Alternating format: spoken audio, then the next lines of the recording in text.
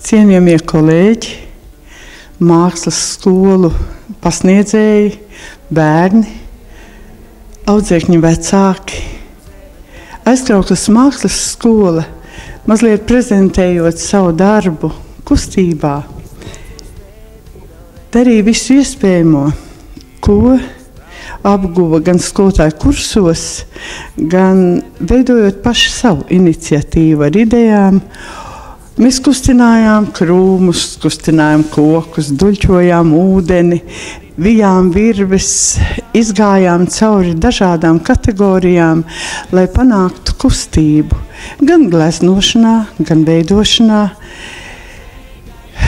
Jo mēs esam sastapušies ar dažādām negācijām bērnu zīmējumos, it sevišķi rotaļlietās, ko mazie bērni iegūst Narvesen veikalos, iegūst dažādās tādās ārzemju precēs, kur rotaļlietām ir absolūti nepareizas proporcijas. Un bērni ir sākuši zīmēt šīs proporcijas, rotaļlietas ar izspiestām acīm, tikai galvām. Tās ir arī multfilmas, kur ir gan vienraģi, gan dažādas princeses, kur praktiski neparādās ķermenis, bet tikai galva ar acīm.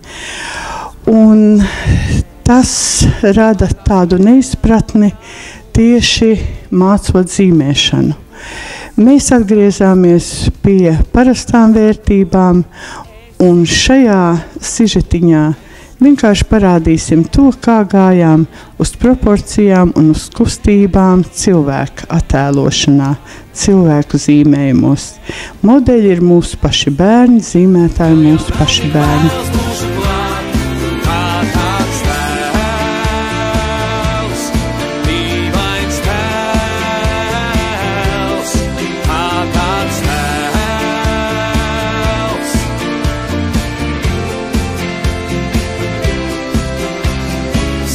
Skrienu vēl, man vēl jāpaspēj, dejo, dejo vēl. Skrienu vēl, man vēl jāpaspēj, pirms tu neaizēji, gaidi vēl. Kāpēc dejo, dejo vēl, man vēl jāpaspēj, vēl jau nav tik vēls, būšu klāt.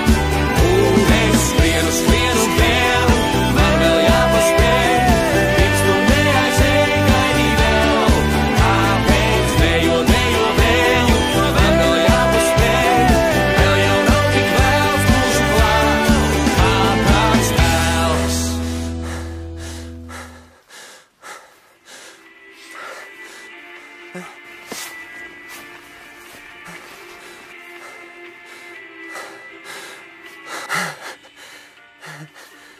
Nu, redz, tas ir lielais prieks par to, ka ir izvirzīti audzēkļi uz konkursu.